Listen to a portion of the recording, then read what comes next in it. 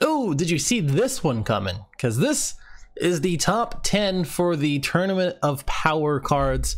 It's been around for what, a couple days now, maybe a little bit longer. I lose track of time. I honestly do.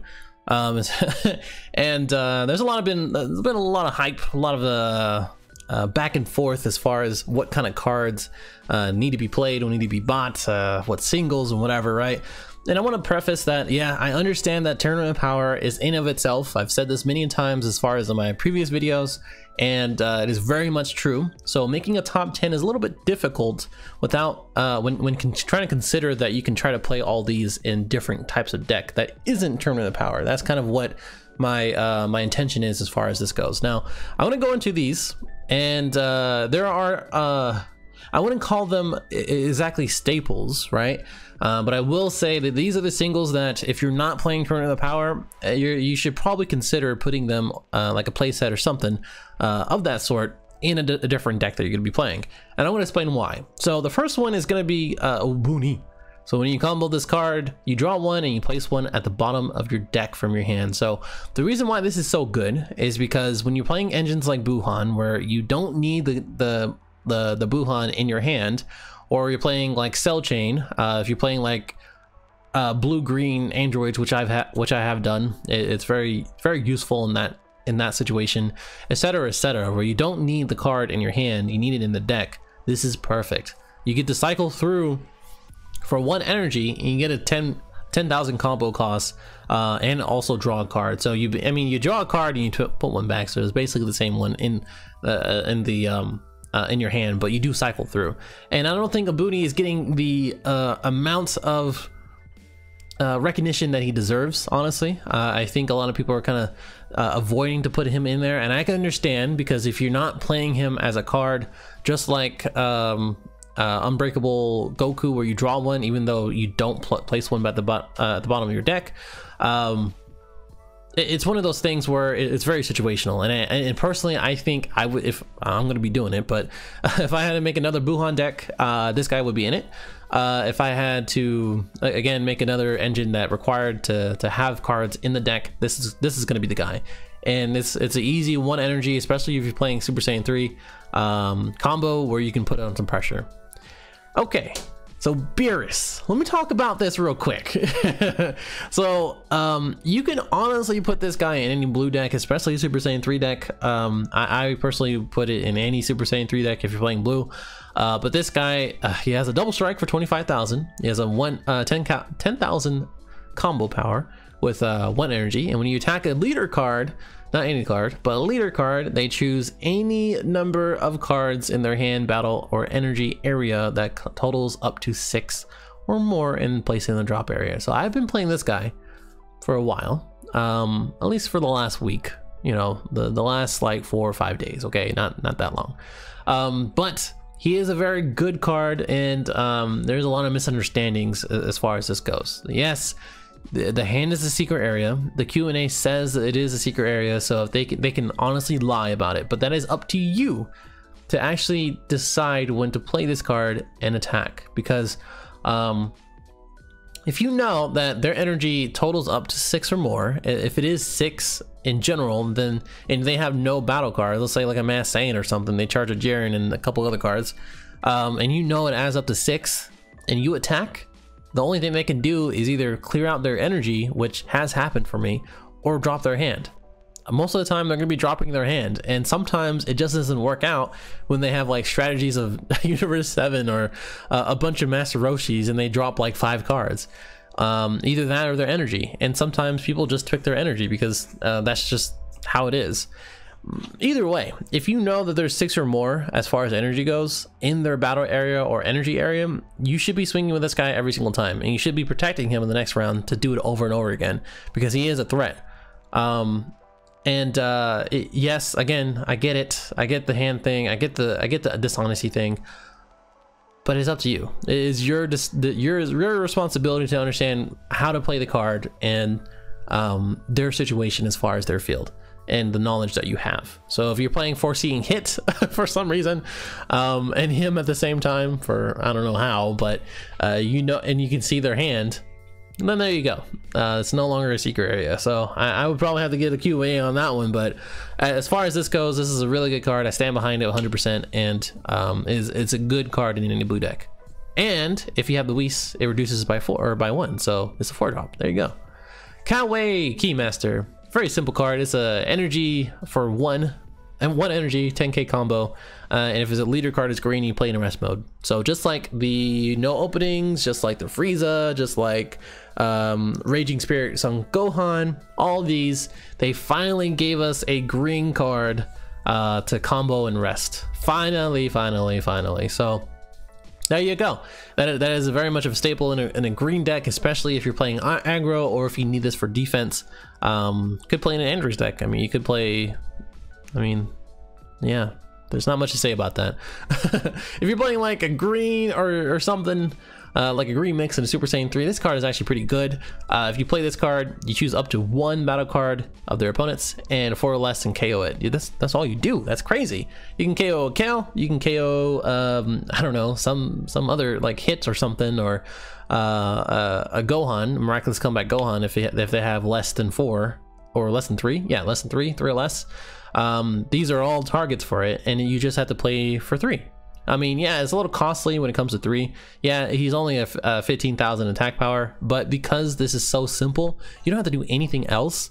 It's not a Goten where you drop or you KO 3 or less. This is an actual card in which you KO 4 or less, and I think that's very useful.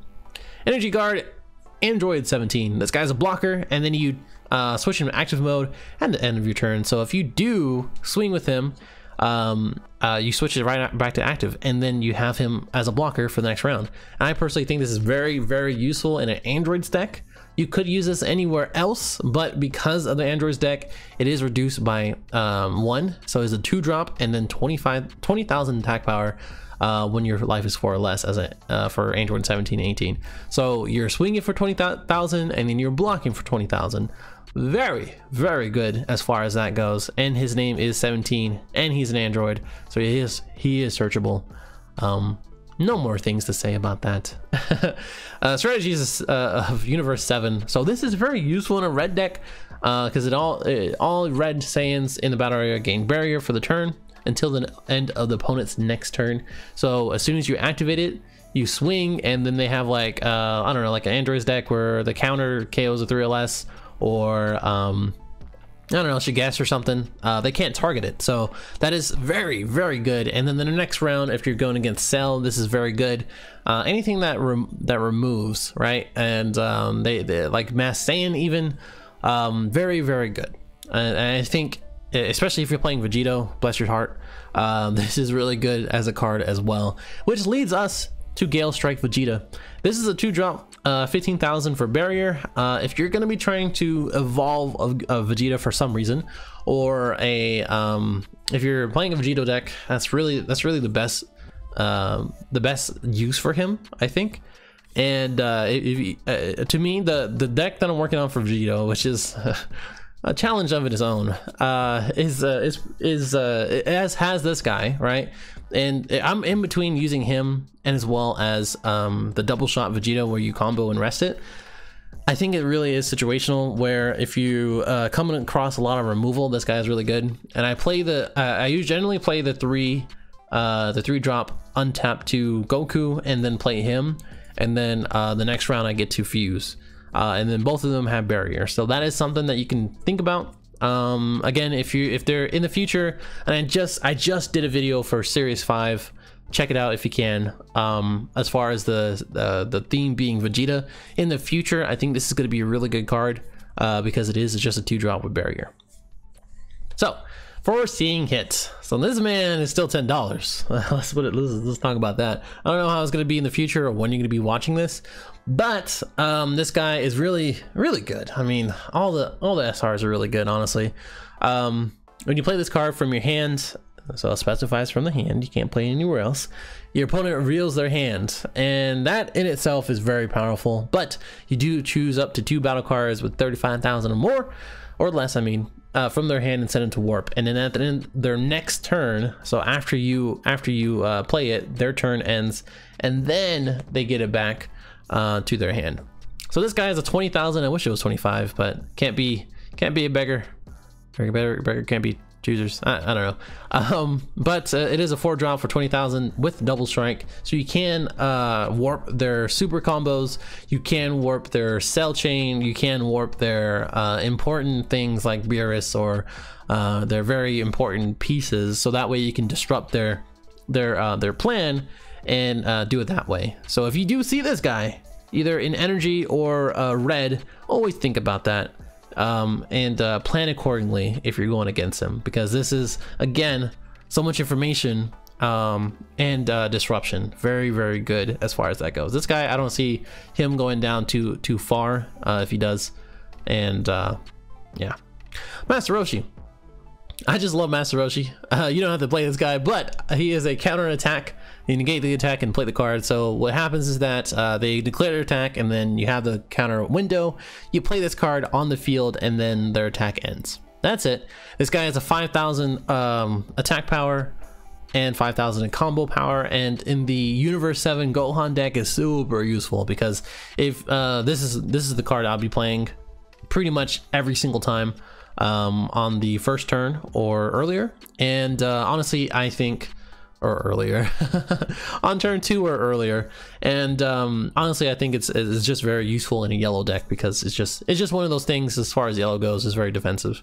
On the other end, this guy is a 2-drop 15,000 with critical. I don't know why this guy is not being talked about more. I mean, he's just like Quick Rush Trunks, but with critical. So if you're running like a red-green deck or a red-yellow deck, this can be very, very, very annoying, especially if you're doing like Super Saiyan 3 Goku. And I think that might be another idea I might be working on, you know what I'm saying? But 2-drop 15,000, Universe 2, I do believe, and he has his own theme song, you know, Majikayo, know what I'm saying? Never notice that? Never saw that? Never did that? Okay, well, that is it, guys. That is the top 10 list for the tournament power. I'll go ahead and put this public.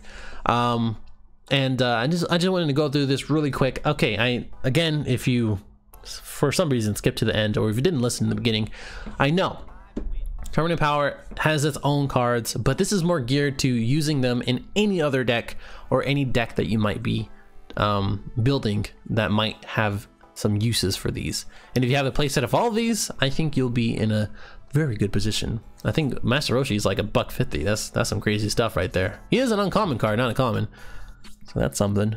Either way, I hope you enjoyed. I hope you learned something. If you did, like the video. If you didn't, dislike. I mean, you know, give me a comment. If you're subscribed, thank you. If you're not, please consider. And I'll see you in the next one. Later.